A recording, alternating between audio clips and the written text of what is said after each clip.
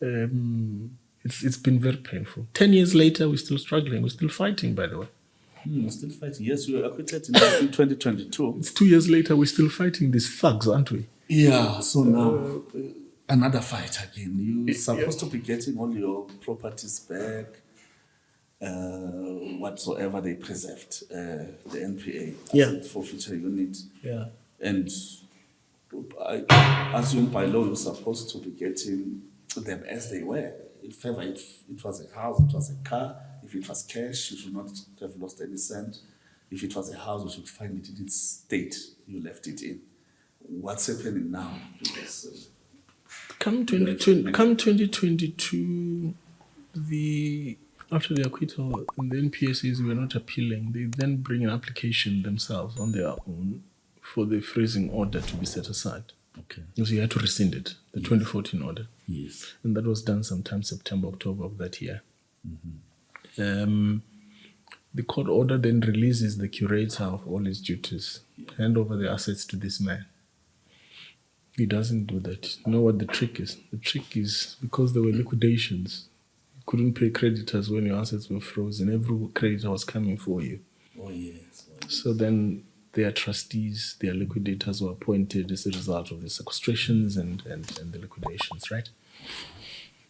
Now, the curator doesn't do that. He hands the assets over to these friends of his or thugs. We then go for a jugular, bring an application to interdict them because we had already picked up that they were hiding certain assets in terms of the reports that they had presented. We had picked up that they'd withdrawn some of the cash from some of the investments and put them, if I recall, Standard Bank account. Things that we have no access to now anymore. At that time, I could monitor all my investments, whether they were sitting with Momentum, whether they were with Old Mutual, I could monitor them on a daily basis and see how they're performing. So they then go withdraw, put them in some trust account, I believe. Whether it's a trust account, I have no idea, because I have no access to it. So that's where But were they allowed to do that to move your cash? Well, I would imagine with the powers that, because they are appointed officially, they do. Now, the battle is, and this is my suspicion, I think they were hoping that I would have been convicted. And that's why they were able to hide some of the assets and dispose some of them. Obviously, they have disposed some of them. I've lost one of the houses. Now, what they then did was, with the hope that I will be convicted, they then started messing up these assets. Remember, the industry is full of criminals. These are mafias. I think they have 10%, which they take out of the estate. So if you're administering an estate of 100 million, you got 10%, you're good.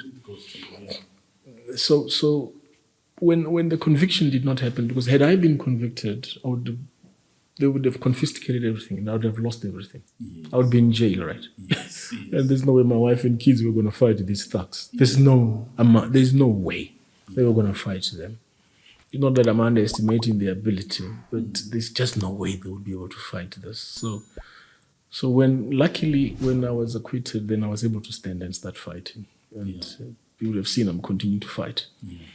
Now, when these assets are sitting with them, we then interdict them. And the court agrees with us and says, no, we will interdict. You will not touch these assets. And on the following provisos: 1, you are getting investigated forensically. 2, the SIU gets involved and investigate you. 3, the master's office also does a Section 381, what they call Section 381 inquiry, but also setting aside of these liquidations. So these are the conditions. They bring in application for leave to appeal, they fail again. So we just learned now that apparently they want to petition the Supreme Court of Appeal. If they fail, obviously, they want to go to the Concord, just because they can. Remember, they're not even using their money. They're using the state resources for all of this because the master's office has a budget for it.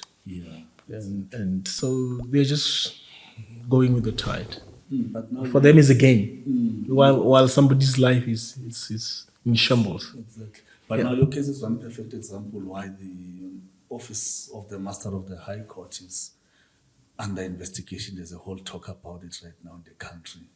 They've messed up a lot of cases and people like you and lots of other people. I mean, it seems they've been doing this thing for many years. Oh, for sure. And nobody was looking at them and saying, hey, Yeah. what's happening there? No, How about people who can't fight? who are not like you, who understands how the systems work, things work? Really? No, that office is something else. It's a mess.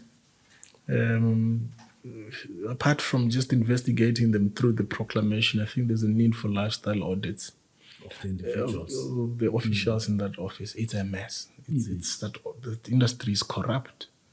It's people are not accountable. They do it, and there's no doubt that the officials they are at the beck and call of these guys they appoint. Their salaries, the salary pools. They get something from them. Whether the SIU will get that office right, I don't know. Yeah. I don't know. But like I say, I always say, for me, this fight is also not just about me. It's also about everyone. It's just not about me and my family, but everyone. It's a principal issue. Some people were saying, hey, but why don't you just let this go? I said, no, I will not let it slide. Yeah. I'll fight to the bitter end, even if it means I fight with all my hands tied at the back. It's got to be done. You got to make this country a better place for everyone that comes after us, the generations after us. People must be able to fight without fear and stand up for their rights. Yeah, because it's sad. Okay, your Old Mutual, your Net Bank, you would argue that maybe they have a right to claim whatsoever or lay charges against you if they feel like you've done something wrong. But somebody in law enforcement, in the justice cluster, must be objective enough to see that, look, these accusations have no leg to stand on, and never even proceed with the matter, just stop it at a certain point.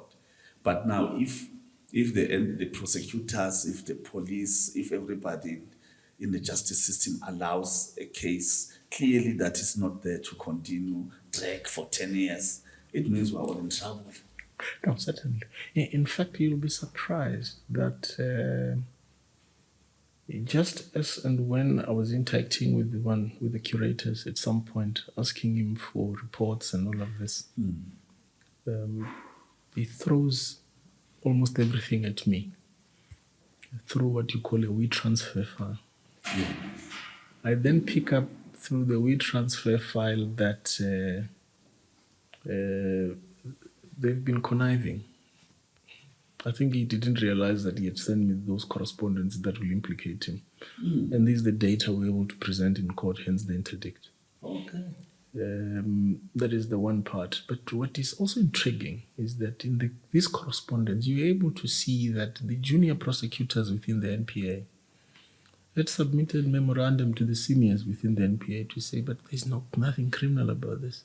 Is it? Yes, we all have that in writing. Memorandum. Internally. There's nothing criminal about this. The best you can do is to withdraw these charges against this man. But the seniors insisted that man must stand to trial. Then it explains why you then have the Old Mutuals Council going to work for the National Prosecuting Authority. You ask yourself what. Yeah.